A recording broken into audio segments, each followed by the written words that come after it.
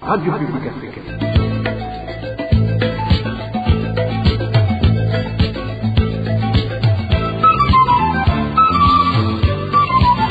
Radio Publique Africaine.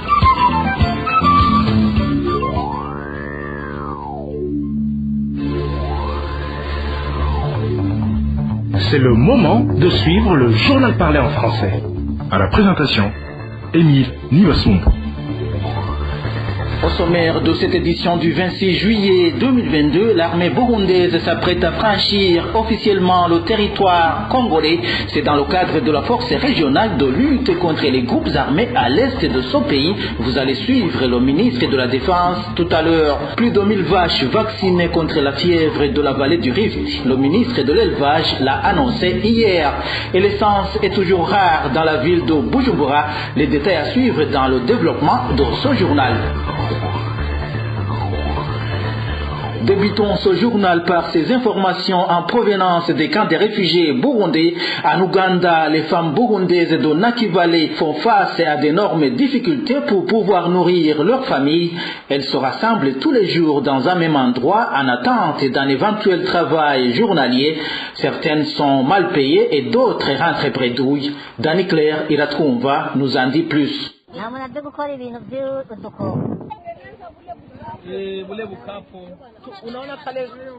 Nous sommes dans le camp de Nakivale en Ouganda, un endroit où se rassemblent les femmes et filles de ce camp, en attendant n'importe qui pourrait venir les prendre pour les donner du travail. C'est exactement tout près du terrain de football, en face de la banque Opportunity. D'après ce réfugié, le travail qui est souvent disponible est celui lié aux travaux ménagers. C'est un endroit où se rassemblent plus de 50 femmes et filles. Chaque matin, les filles et femmes s'y rassemblent et attendent que quelqu'un vienne pour leur proposer du travail à faire chez lui. C'est toujours le travail en rapport avec la lessive, les travaux ménagers, la lessive pour les enfants, le nettoyage des maisons et une fois terminé, elles rentrent. Quand ces femmes parviennent à décrocher ce travail, certaines peuvent ne pas se mettre d'accord avec les patrons et rentrer sans travailler ou rentrer sans être payées. Tout ça est du fait que leurs chefs les considèrent comme des moins qu'à rien, comme l'indique cette source.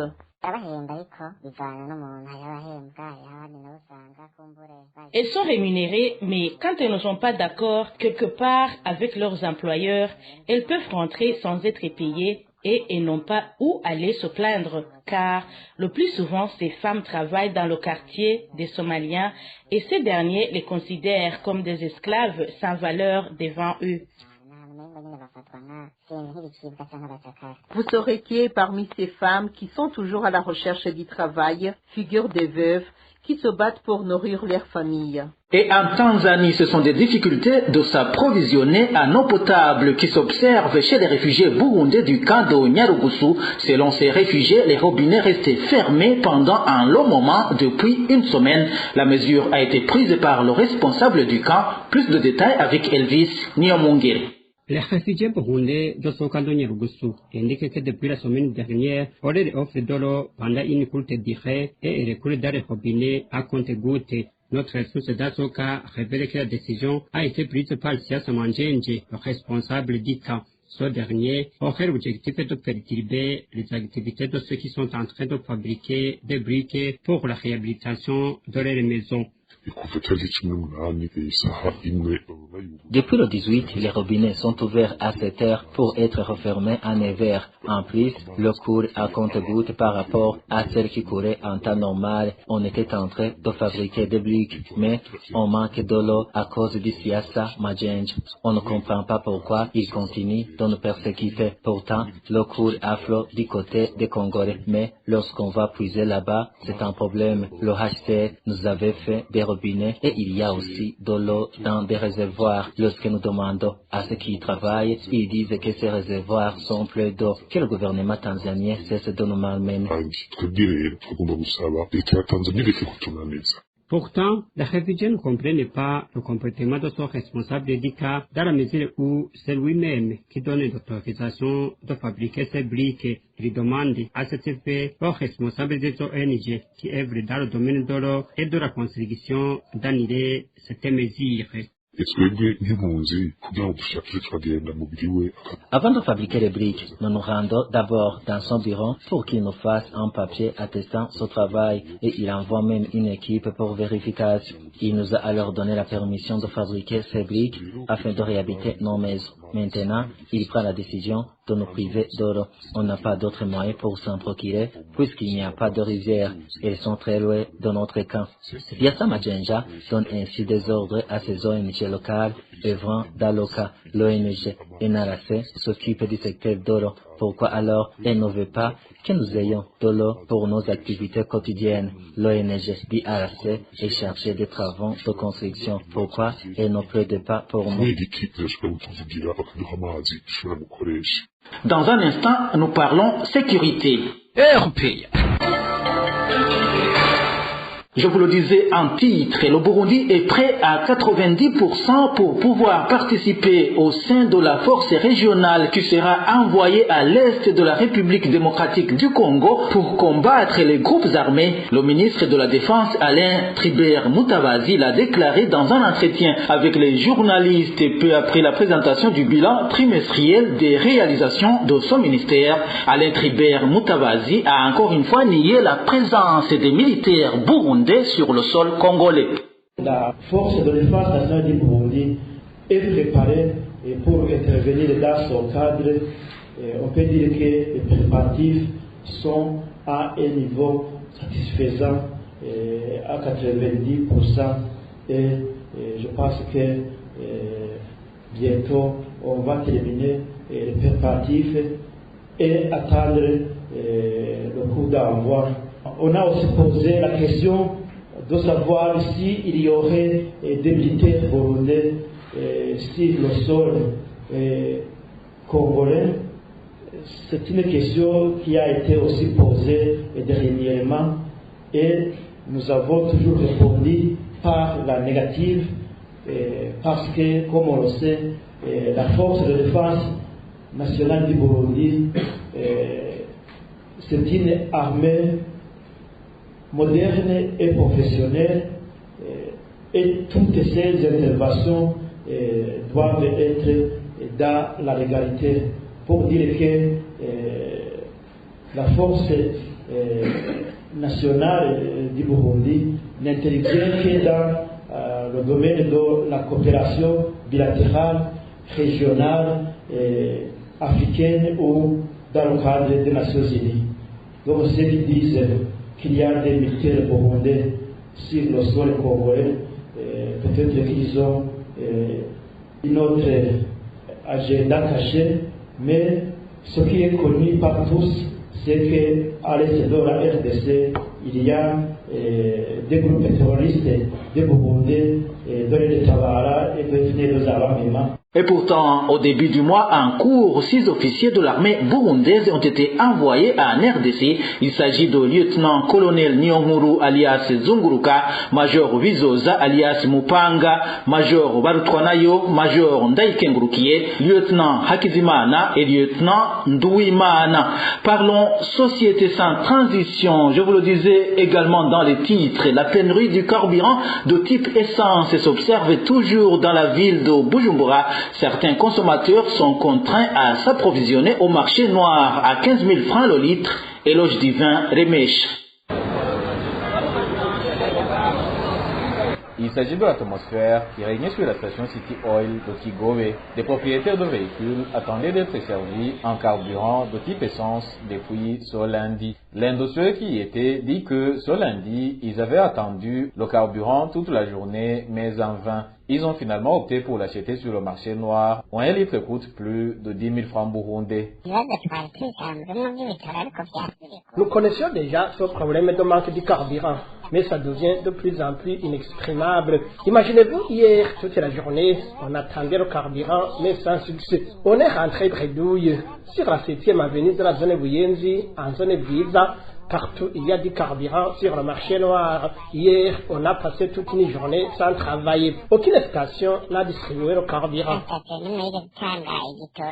Ce citoyen indique que les stations qui possédaient ce type de carburant le distribuaient par favoritisme. Aujourd'hui, on a trouvé sur les stations City Oil à Kigobe et Interpetrol, juste tout près de City Oil de Kigobe. Ce qui nous a le plus étonné est qu'il y a là où on nous a dit qu'un patron venait d'envoyer 30 véhicules et lorsqu'ils ont été tous remplis du carburant, on nous a signifié qu'il n'y en a plus pour dire qu'ils servent le produit à qui ils veulent. Les habitants de la mairie de Bujumbura, en général, demandent encore au gouvernement de trouver solution à ce problème qui se pérennise. Je vous le disais tantôt, plus de 1000 vaches ont été vaccinées contre la fièvre de la vallée du Rift. Propos de Deogide Rurema, ministre chargé de l'agriculture et de l'élevage, qui est également vice-président de la commission chargée de lutter contre cette maladie. C'était lors de la réunion tenue hier par la même commission pour présenter son rapport.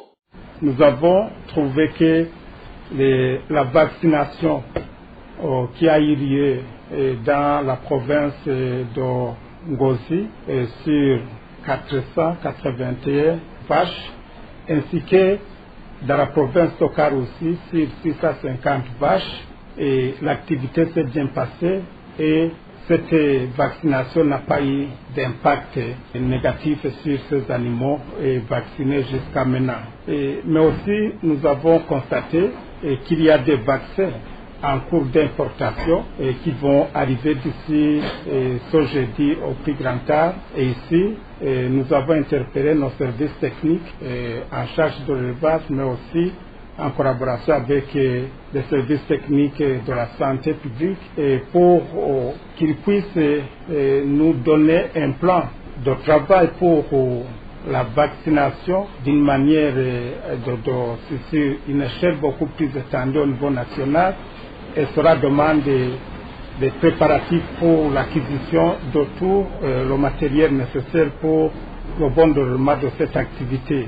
Le ministre Deogide Rurema a également indiqué que très prochainement, il y aura des sites de quarantaine pour rassembler tout le bétail qui n'est pas atteint de la maladie afin qu'il soit abattu et consommé. Nous avons demandé à nos services techniques de faire la prospection de l'état des lieux et des abattoirs en matière d'hygiène pour se préparer à l'activité de consommation ou d'abattage des animaux pour la consommation de la viande. Mais aussi, il a été demandé au même service de faire les identifications des sites de mise en quarantaine pour qu'on puisse bien identifier les animaux qui seront destinés à l'abattage pour la vie normale de consommation de la viande au sein de la population. Et cela alors demande qu'on fasse une réunion de manière urgente pour réunir l'administration, nos services déconcentrés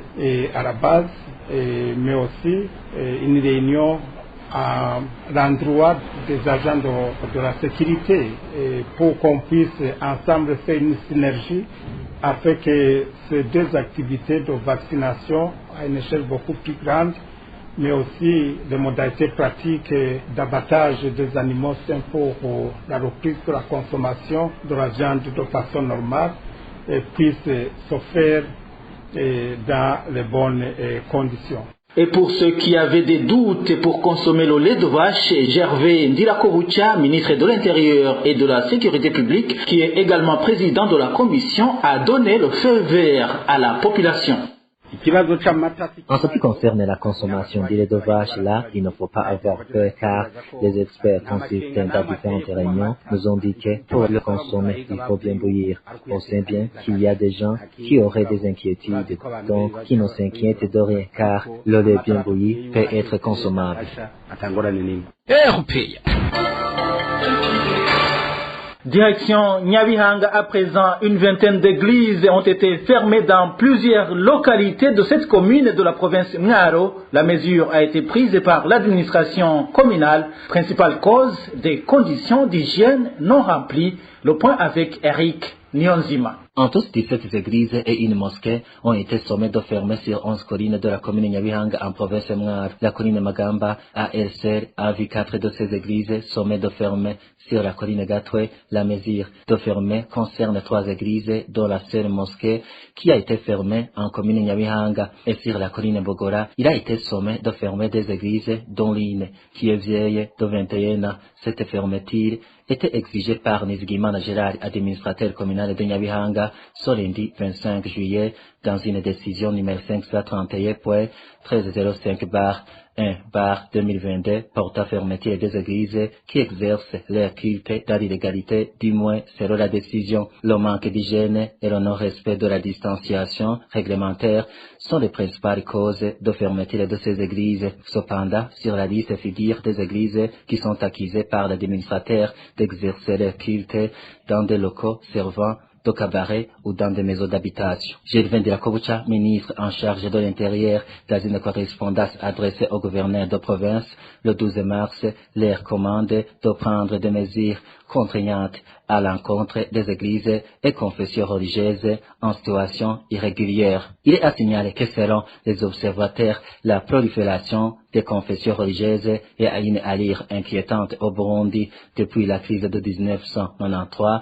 Les confessions religieuses seraient passées d'une dizaine à près de 700 partout au pays. Clôturons cette édition en nous rendant dans la province Chibitoke où le parti CNDD-FDD est en train de tout faire pour maintenir le poste du chef de secteur Marambo 2 en commune Rugombo. Les informations en provenance de cette commune font savoir que le favori à ce poste l'a occupé antérieurement avant qu'il soit limogé, accusé de vol et d'autres magouilles. Le point avec Eloge Kwizera. Le prénommé Nyandwi Jackson, ici du parti CNDD-FDD, qui se trouve aussi être ancien chef secteur Marambo 2, et le même que ce parti voudrait encore confier Baïkebaï la direction du secteur. Lors des élections coronéennes, Nyandwi Jackson avait été promis après Xita à la direction du secteur, était emprisonné pour des fautes qu'il avait commises. C'est ainsi qu'il s'est fait remplacer par Sego en secteur à Tongemana Adrier, même parti politique Kérout. Ce dernier s'est à son tour mal comporté et le parti, mais aussi la population ont retiré leur confiance à lui. Le troisième sur la liste, même aussi le quatrième et le cinquième, étant des membres du parti CNR. Le parti CNDD-FDD ne voulait suivre l'ordre. Il préfère alors faire revenir Nyandwi Jackson. Cet habitat témoigne. Les reproches contre Jackson sont multiples car il a été chef de secteur auparavant. Mais à son époque, il a été emprisonné à la prison centrale de Mhimba. Il était accusé de corruption. En effet, il avait capturé des pagnes entrées au pays frauduleusement. Par la suite, on lui a donné de l'argent pour qu'il reste libre les commerçants qui avaient ces pagnes. Il avait été emprisonné avec le chef d'opposition militaire situé près de la rivière Rusizi. Après sa libération, il a continué ses activités au sein du parti CNDD-FDD. Donc voilà qu'il est de retour à la tête de cette colline. Les habitants de la commune Rugombo disent et jugent antidémocratique ce qui est en train d'être fait par le parti CNDD-FDD au niveau de la commune. Vous comprenez que les choses ne sont pas du tout bonnes, surtout qu'il y a quelqu'un qui a été élu par la population et qui normalement devrait se faire confier la direction du secteur. La population nous l'admire beaucoup. Mais voilà, ils sont en train de nous présenter une personne qui avait échoué à nous diriger. Jusqu'à quand Jackson va continuer à nous diriger avec les gaffes qu'il a commises? Nous constatons que ce qui est dit par le gouvernement est tout à fait contraire de ce qui est pratiqué par le parti au pouvoir. Certains habitants de la dite colline trouvent le parti CNDD-FDD ne fait que violer la loi. La rédaction de la RPA n'a pas encore pu joindre le représentant communal du parti au pouvoir et l'administrateur communal de Rugombo pour qu'ils donnent les avis sur ce plainte des habitants du secteur Marambo 2. Voilà, c'est par ici que nous mettons un point final au journal du 26 juillet 2022. Merci à vous tous qui nous avez suivis. Émile Nivasumba, j'étais à la présentation. Je vous souhaite de passer une agréable soirée chez vous. Au revoir.